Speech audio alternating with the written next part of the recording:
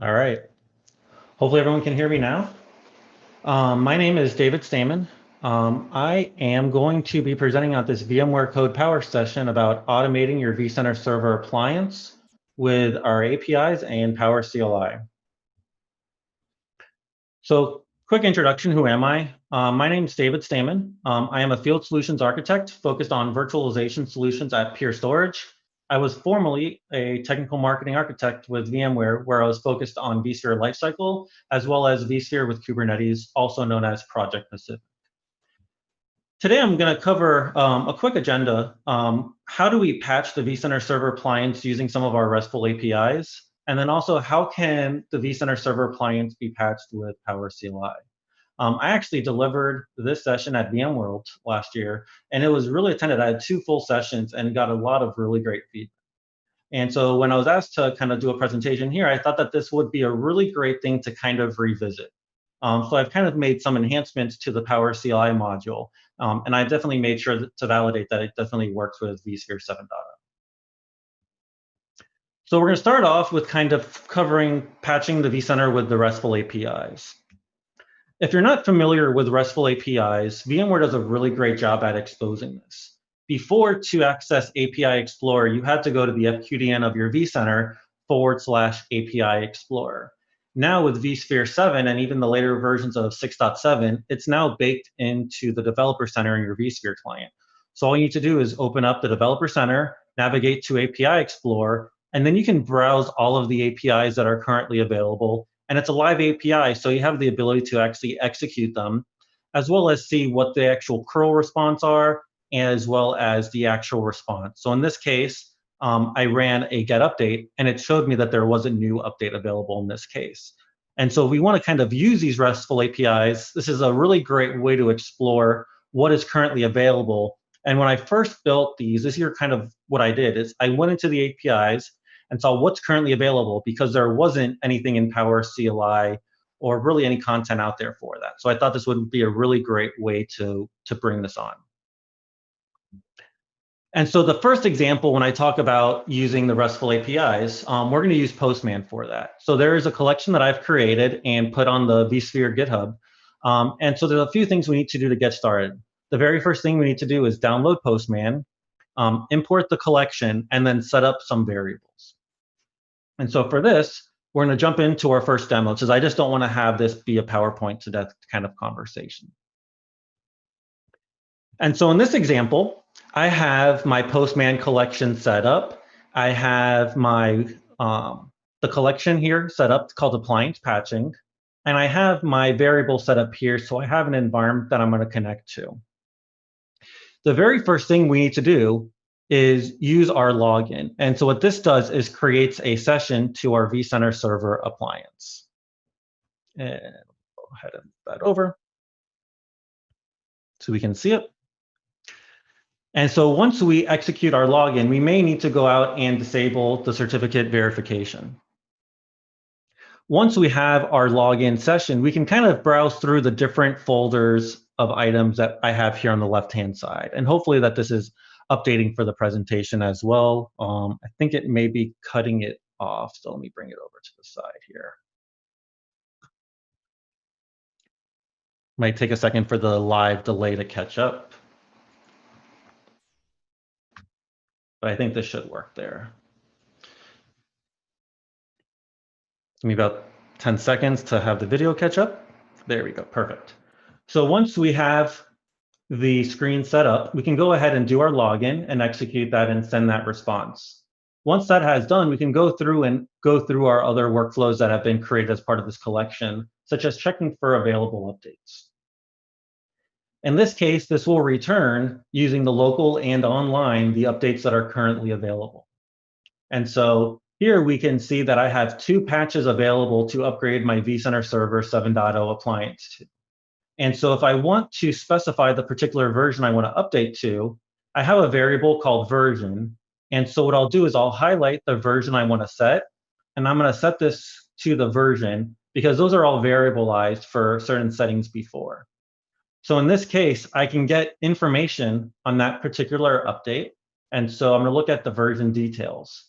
By executing that, It tells me the severity of the request, what services will be stopped, and all the details that you would really see through the UI, but we're able to do this in more of an automated fashion. We can also look at the currently set policies for our vCenter server appliance and execute those. And then when we're ready to actually install our update, we can either stage it manually or we can do a stage and install. In this case, on this environment, I'm just going to kick off a stage.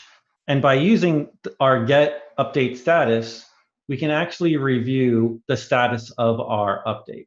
And so in this case, it's going to go through currently staging the update. It has 127 components to update, and it's about 10% complete. And here we can see the full task of when it's actually complete. If we want to refresh the status here, we can just go ahead and hit send again to re-request that update, and it'll refresh. And so all of these are available through Postman as a collection, but all of these are really, I found out what the actual URL to curl was from that API Explorer, and that's what I utilized. So it was a really great way to do this. But when I first did this, this was beneficial when you're maybe working on one environment or whatnot. But one of the big things that comes into play is when we start looking at patching multiple vCenters. And so the next thing I kind of wanted to highlight is, well, how can we expand upon this with PowerCLI? PowerCLI is a much more tool in the code community where folks are actively using compared to some of the standard RESTful APIs. So I thought that this would be really a great way to kind of dig into my first PowerShell module. And so with this, I kind of looked at how other people were creating modules, and I kind of built upon that, looking at certain checks to make sure that we're connecting, putting examples into the code. And then for these, I was able to kind of look through DCLI to see what the actual namespaces for the integration services were. So in this case, I found out pretty much everything for updates were under com.vmware.appliance.update. And then once we were there, it really spat out a whole bunch of random information, but I really wanted to make it more user-friendly. And so that's kind of where we tie in these summary results. And so before I had this available on GitHub, and it required manual download and manual import, and it just wasn't really great if I ever had to update it. And so what I actually did is for the next revision, I made it a lot more accessible. I saw William Lamb kind of publish a lot of his recent scripts on PowerShell Gallery, and I thought, well, that's a great idea to kind of share this out with the community. So this list used to be a little bit harder to actually install this module. But now you can just install module vmware.powercli because that is a prerequisite, and then you're going to install the module. And so I named it vmware.community.vcsa.update. And so it's very simple to get up and running. And so with that, that's as easy as it is to set up. And now I'm going to kind of jump into another demo. So let me minimize that.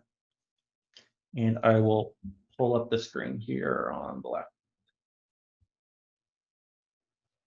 And so the very first thing we need to do is we need to use the Connect CIS server to connect to our vCenter.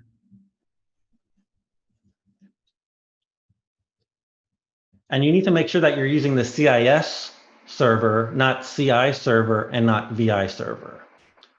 Once we are connected, we can actually dive in and look at some of the commands. So if I do get command module vmware.community.vcsa.update, I can see the modules that are currently part of this, or the command lists that are currently part of this module. So we have copy VCSA update, which is the equivalent of a stage, get VCSA update, which is check for updates, get VCSA update detail, get information on the policy, and a lot of those are really self-sufficient. Some of them might seem weird for what they do, but when I built this, I wanted to make sure aligned with all of the PowerShell verbs, and things such as stage or install dash weren't really their approved terms. And so I kind of built upon that. And so the great thing about this is I talked about, well, the Postman was kind of a one-to-one mapping. You connect to one vCenter. But in this environment, I can connect using CIS server to multiple environments and have it do everything in an orchestrated fashion. So maybe you don't want to install updates on all of your servers, but maybe you want to go out and check for updates on all of your servers. And so once you're connected, you can just run get VCSA update, and it's going to go ahead and pull that vCenter for available updates. And this is useful because you don't have to manually log into the UI and see all those details. At the same thing here, we have the results of what we would see. A patch was actually just released yesterday, and so we can see here that we have 2 patches available. We can see the particular versions, the update type, the severity, and the priority. Just like with the update before, we can actually look at update detail by passing in a couple variables. So in this case, we're going to pass in version and then 7.0.0.104.00. And so this will pull that same details that I saw in Postman, so the size, the priority, the services affected. We can also look at some of the policies. So we can get our policies and go out and see that. So we can currently see I'm using the default VMware URL to update my appliances. But maybe you're in a dark site, you don't have a public internet access. You can actually use the module to set vCSA update policy, and you can actually specify a custom URL and do this across all of your appliances in your environment. You can also set the ability to set a manual check schedule. And so if you look at all the available fields, we can actually set check schedule, and I have some pre-built time, so weekly, daily, month, or bi-weekly, or weekly on certain days. And so I kind of made it that way, so it's a little bit more granular on what could actually be accomplished. And if you wanted to set up any usernames or passwords for your URLs, you can also do that as well. What we can also do is run the pre-checks. So in this case, we kind of covered the stage before, and I don't want to actually do that. So what I'm actually going to do is I'm going to do a start vCSA update pre-check. And if I do a tab, I can see that there's a couple of required fields. The first one being the version, which will be 7.0.0.104.00. And this will run that pre-check just like you do in the UI. It'll tell you the estimated time to install, if you need to roll back, whether or not a reboot is required, and if any errors came up. So it's a really great way to kind of make sure you're validating everything happens before. The next thing we can do is we can actually validate that it's going to work. And this one does require the SSO domain password. And in this case, again, there's no information warnings, there's no warnings, and there's no errors. So we're ready to proceed with installing our update. And so with this, I can do start vCSA update, stage, and install. I can specify my version. And I'll need to specify my SSO password. During this time, our update has started. And what we'll need to do is we'll need to monitor our status. So if we run get vCSA update status, we can actually see what is happening in our environment. So we can see here currently the stage task is running. The actual install task has not started yet. And so we can see the status of this. And the really great way is we can see this easily without having to bounce back and forth. During this time, I did make kind of a little warning note here that during the update process, there is a chance the session could be disconnected. And so you will need to reconnect to your environment after that to get the update. Because again, the services are restarted. You're going to get kicked out of the appliance management interface API. And so that does require another login. But it's a really great way to check your status of what's actually happening and easily report that. And a lot of this can be executed through any of those automation systems. And so with that, how can we learn more? Well, I definitely want to say thank you for taking time out to watch this code session with me. If you want to learn more on this particular module, you can go to my blog, davidstamen.com, and it's going to be the latest blog post yesterday, updating the vCenter Server Appliance PowerCLI Revisited. You can also definitely learn more on code.vmware.com and also joining the Code VMware Slack.